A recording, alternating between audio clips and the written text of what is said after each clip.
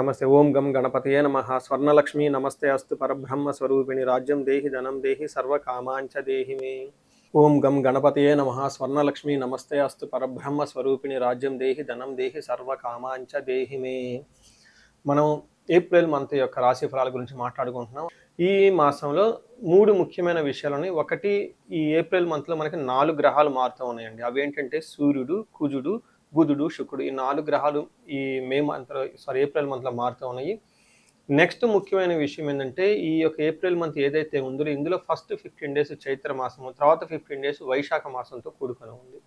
ఇందులో ఒక విశేషం ఇంకొకటి ఏమంటే, మనకి 19వ తారీఖున మనకి వైశాఖ మాసము శుద్ధ తృతీయ రోజున ఆ రోజున మనకి 19వ తారీఖున అక్షయ తృతీయ పండగ ఆ రోజు మనకు జరుగుతూ ఉందండి. ఇది చాలా ముఖ్యమైనది. అంతేకాకుండా వైశాఖ మాసంలో ఉదక కుంభదానం అంటారు. ఇది చాలా మందికి ఐడియా ఉండదు. ఒక ఉదక కుంభదానం అంటే నథింగ్ బట్ అంటే వాటర్ బాటిల్ అని మనం అనుకోవచ్చు.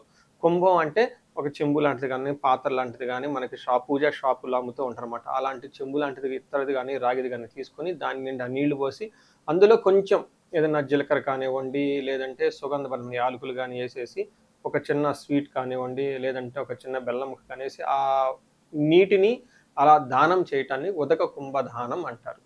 మనకి శ్రీరామనవమికి పానకం వడపప్పు పంచడంలో కూడా ముఖ్య ఉద్దేశం కూడా ఇదే. అలా గనక నీళ్లు గనక పంచి ఇవ్వగలిగితే చాలా లాభప్రదంగా ఉంటుంది అని మనకి శాస్త్రాలు వివరించడం జరిగింది. సో ఈ ప్రకారం మనం చూసుకుంటే ఉదక కుంభదానం అది పర్టికులర్గా మనకి పౌర్ణమి తర్వాత, వైశాఖ మాసం ఎప్పుడైతే అమావాస్య తర్వాత అమావాస్య తర్వాత మనకి వైశాఖ మాసం వస్తుంది. ఈ వైశాఖ మాసం ఇలా గనక చేయగలిగితే ఎంతో పుణ్యప్రదము, ఎంతో శుభప్రదము, అందరికీ విపరీతంగా ధనము ధాన్యము కలిసి వచ్చే అవకాశం ఎక్కువగా ఉంటుంది.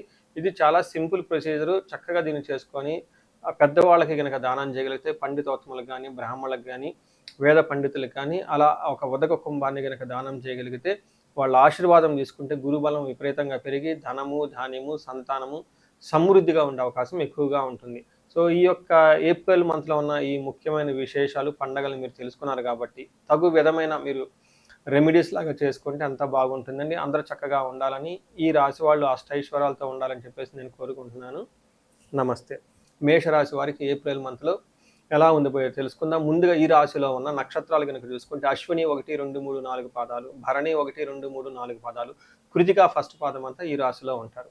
అంతేకాకుండా పేరు బలం కనుక మనం చూసుకుంటే వీళ్ళకి చో, చే, చో, లాలి, లా, ఏ, లా, ఓ అన్న లెటర్స్ అంతా కూడా ఈ నక్షత్రంలో ఉంటాయి. ఎవరిదైనా కనుక వాళ్ళు బాగా ఫస్ట్ లెటర్ వాళ్ళ పేరులో బాగా పాపులర్గా అందరూ పిలిచే వాళ్ళ యొక్క పేరులో ఫస్ట్ లెటర్లు కనుక ఇందాక చెప్పుకునే విధంగా అంటే వాళ్ళది కూడా మేషరాశి అవుతుందని గమనించాలి. ఈ యొక్క రాశిలో 4 గ్రహాలు మారుతున్నాయని మనం చెప్పుకున్నాము. ఈ యొక్క గ్రహ స్థితి కనుక చూసుకుంటే ఏప్రిల్ 2వ తారీఖున కుజుడు, 11వ తారీఖు 14వ తారీఖు సూర్యుడు, 11వ తారీఖు బుధుడు, 19వ తారీఖు శుక్రుడు మారుతూ ఉన్నారనమాట. ఈ యొక్క గ్రహస్థితి పెట్టి చూస్తే మనకి సూక్ష్మ గోచారము, లఘు గోచారం అన్న ఒక కాన్సెప్ట్ ప్రకారం, మన మహర్షి ఇచ్చిన ఈ కాన్సెప్ట్ ప్రకారం సూక్ష్మంగా లేక వార్తల హెడ్లైన్స్ ఎలా ఉంటుంది అనేది మనం సంక్షిప్తంగా చక్కగా ఎలా ఉంటుందో తెలుసుకోవచ్చు. దీని ప్రకారం మనకి ఎలా ఉంటుందంటే ఈ మాసం అంతా ధనచ్ఛేదం. ఎవరికైతే మేషరాశి వాళ్ళు ఉంటారో ధనం విపరీతంగా ఖర్చు అవకాశం ఎక్కువగా ఉంటుంది. స్థాననాశనం అంటే ఉన్న పదవులు కానివ్వండి, లేదంటే ఉన్న జాబ్లో ఉన్న ఒక డిగ్నిఫైడ్ పొజిషన్ కానీ కోల్పోయే అవకాశం ఉంటుంది. ఇవి చాలా ఎక్కువగా హైయెస్ట్ మీరు సీరియస్గా కన్సిడరేషన్ చేయవలసిన పాయింట్ ఏదైనా కనుక ఈ మంత్లో ఉందంటే ఈ యొక్క పాయింట్ని మాత్రం గమనించాలి. అంతేకాకుండా విద్యార్థి పరాభవం, అవమానం జరిగే అవకాశం ఎక్కువగా ఉంటుంది. విపరీతమైన రోగాలు కానీ ఏమన్నా వచ్చేసి తద్వారా కొంచెము ఆటంకాలు కలిగే అవకాశం ఎక్కువగా ఉంటుంది. బాధపడాల్సిన అవసరం ఎక్కువగా ఉంటుంది. ఫైనల్గా శుక్రుడు 2వ ప్లేస్లో ఉంటే విత్త సిద్ధి, ధనం ప్రకారంగా బాగుంటుంది, కుటుంబం అంతా బాగుంటుంది, సమృద్ధిగా ఉంటారని చెప్పొచ్చు. ఇక్కడ మీరు కనుక చూసుకుంటే ఉన్న ఒక శుక్రుడు చాలా చక్కగా సపోర్ట్ ఇస్తున్నారు. 2 గ్రహాలు సపోర్ట్ ఇవ్వటం లేదు. పర్టికులర్గా మార్స్, కుజుడు, బుధుడు, సూర్యుడు వచ్చేటప్పటికి 50-50గా ఉన్నారు. అంటే మీరు ఏ ప్రకారంగా కనుక చూసుకున్నా ఈ రాశి వాళ్ళకి 50-50గా ఉంటుంది. ఓకే, అంత అనుకూలంగా ఉండదు. అలానే అంత పెద్ద సూపర్గా కూడా ఉంటుందని మనం చెప్పుకునే అవసరం అయితే లేదు. ముఖ్యంగా జాబుల విషయంలో మాత్రం చేస్తున్న వృత్తిలో ఛాలెంజెస్ ఉండే అవకాశం ఎక్కువ ఉంటుందని గమనించాలి. ఇందులో మీరు సూర్యుడు కనుక చూసుకుంటే ఫస్ట్ హౌస్లో ఉన్నారు. సూర్యుడు ఫస్ట్ హౌస్లో ఉంటే ఏమని చెప్తారు మన మహర్షులు సంస్కృతంలో? దేహార్తి, సతతం సంతాపకాలతిక్రమణ భోజనం బంధుమిత్ర సుహృద్వేష చంద్రరాశిగతో రవి అని చెప్పారు. అంటే ఎవరి జన్మరాశిలో సూర్యుడు సంచారం చేస్తూ ఉంటే వాళ్ళకి, అంటే ఇప్పుడు ఈ రాశి వాళ్ళకి జన్మరాశిలో సూర్యుడు సంచారం చేయటం వల్ల, ట్రావెల్ చేయటం వల్ల ఏమవుతుంది, దేహార్తి అంటే శారీరకంగా బాధ ఉంటుంది. సత్వం, ఓకే, అంటే స్ట్రెంగ్త్ లేకుండా వీక్గా ఉండే అవకాశం ఎక్కువగా ఉంటుంది. సంతాప కాలతిక్రమణ భోజనం, టయానికి భోజనం చేయకుండా బంధుమిత్రులతో గొడవలయ్యే అవకాశం ఎక్కువ ఉంటుందని చెప్తూ ఉంటారు. అంతేకాకుండా భార్య విషయంలో కొంచెం జాగ్రత్తగా ఉండాలి. హెల్త్ విషయంలో కొంచెం జాగ్రత్తగా ఉండటం ఎంతైనా అవసరం. కొంచెం ట్రావెల్ చేస్తే జాగ్రత్తగా ఉండండి. వాహనాలు అవన్నీ నడిపేటప్పుడు పర్టికులర్గా కొంచెం మనకి యాక్సిడెంట్లు అయ్యే అవకాశం చాలా ఎక్కువగా ఉంది ఈ రాశి వాళ్ళకి. తర్వాత 12వ రాశిలో 12వ స్థానంలో కుజుడు ఉండటం వల్ల ఇక్కడ మిక్స్డ్ రిజల్ట్ ఇస్తారని గమనించాలి. కుజుడు 12వ స్థానంలో ఉంటే మన శాస్త్రాలు ఏం చెప్తారు, ప్రవాసం వ్యాధి పీడాంచ బంధు వైరం ధనక్షయం దేహ పీడాది రోగం చ పీడాంచ సంచారం ద్వాదశ రాశికే కుజ అని చెప్తారు. అంటే 12వ స్థానంలో కుజుడు ఉండటం వల్ల ఏమవుతుంది, ప్రవాసం అంటే ఉన్న ప్లేస్ నుంచి దూర ప్రయాణాలు చేసే అవకాశం ఎక్కువగా ఉంటుంది. దూర ప్రదేశాల్లో ఉండే అవకాశం ఎక్కువగా ఉంటుంది.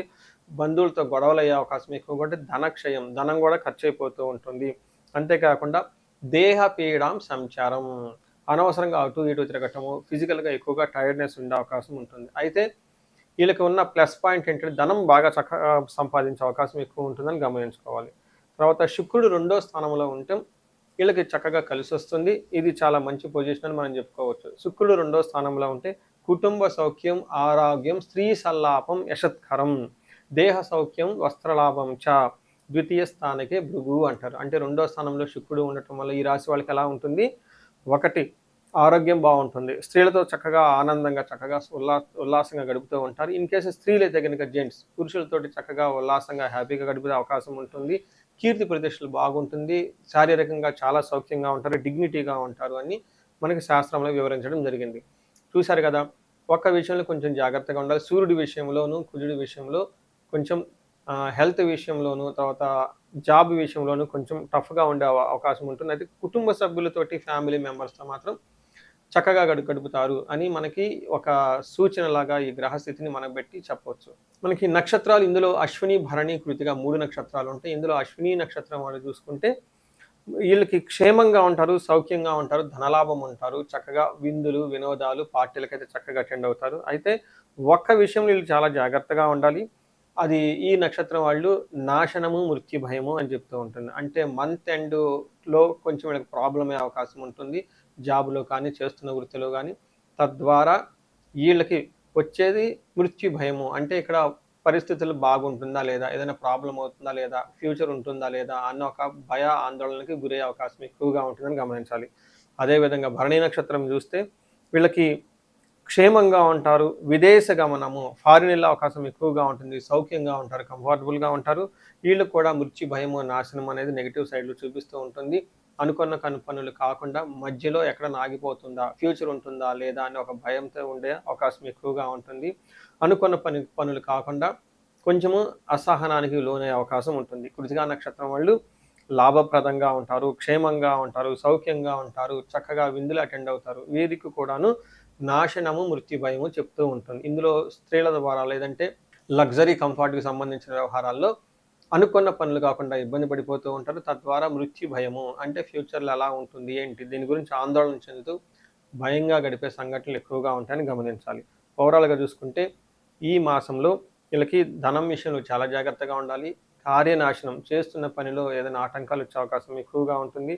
భరణీ నక్షత్రం వాళ్ళకి కొంచెం విపరీతంగా మెంటల్గా, మానసికంగా ఒత్తిడి ఎక్కువగా ఉంటుందని గమనించాలి.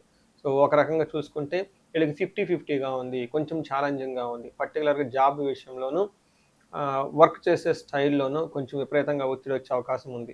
సో ఇవి తప్పక మిగతా విషయాల్లో వీళ్ళకి ఏలినాటి శని యొక్క ప్రభావం ఉండటంతో కొంచెం కొత్తగా పరిచయాలు చేయటం, కొత్త బిజినెస్లు చేయటం లాంటివి, తెలియని పనులు చేయలాంటివి అవాయిడ్ చేస్తే చాలా మంచిది. సో ఈ రాశి వాళ్ళకి ఇప్పుడు దాకా చూసుకున్నారు కదండి, అష్టైశ్వర్యాలు కలగాలి, భోగభాగ్యాలు కలగాలని చెప్పేసి నేను కోరుకుంటున్నాను.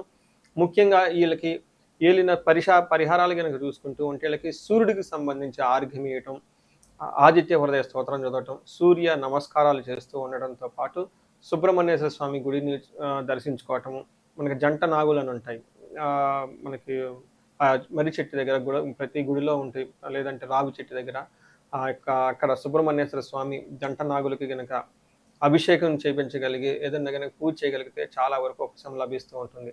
అంతేకాకుండా ఈ రాశి వాళ్ళు ఎవరైనా బిజినెస్లు చేస్తున్నా, జాబుల్లో ఉన్నా, మిడ్ లెవెల్లో ఉన్నా, సి లెవెల్లో ఎలాంటి పొజిషన్లో ఉన్నా, ఎక్కడైనా మల్టీ సోర్సెస్ ఆఫ్ ఇన్కమ్ కావాలి అనుకుంటే వీళ్ళకి స్వర్ణలక్ష్మి విశేష హోమం చేస్తే చక్కగా వీళ్ళకి బహువిధాల ఆదాయం వచ్చేసి మల్టీ సోర్సెస్ ఆఫ్ ఇన్కమ్ వచ్చి లైఫ్లో చాలా బాగుంటారు.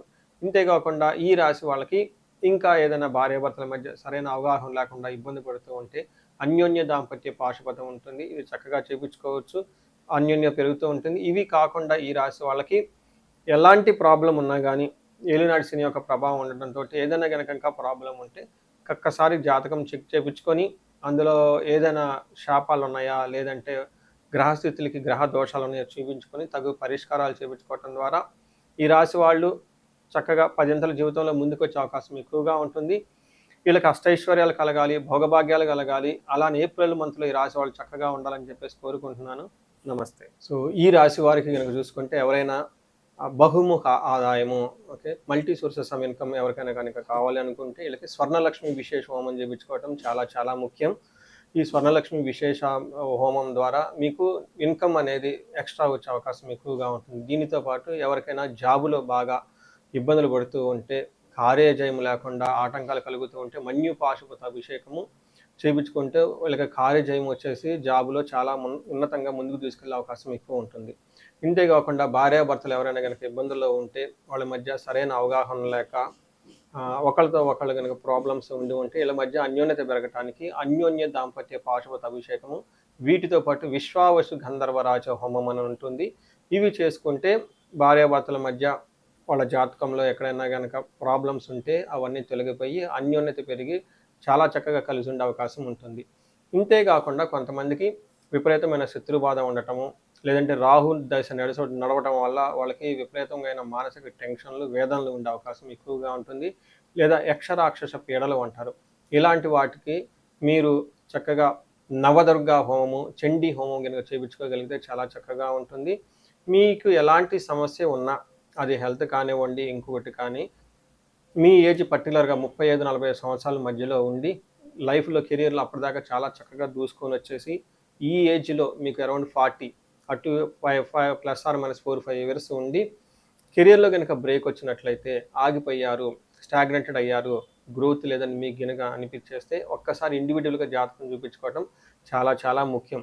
ఎందుకంటే ఈ టైంలో మీకు చాలా వరకు ఉన్న శాపాలు లేదంటే గ్రహ యొక్క దోషాలు అడ్డం పడి మీ గ్రోత్ని ఎదగకుండా ఆపేసే అవకాశం ఎక్కువగా ఉంటుంది. సో ఎలాంటి సమస్య ఉన్నా ఒకసారి ఈ ఏజ్ వాళ్ళు ఖచ్చితంగా జాతకం చూపించుకొని తగు పరిష్కారాలు తర్వాత పరిహారాలు చేసుకుంటే లైఫ్ ముందుకెళ్ళే అవకాశం ఎక్కువగా ఉంటుంది. ఈ రాశి వాళ్ళకి అష్టైశ్వర్యాలు కలగాలని, భోగభాగ్యాలు కలగాలని చెప్పేసి నేను కోరుకుంటున్నాను. నమస్తే.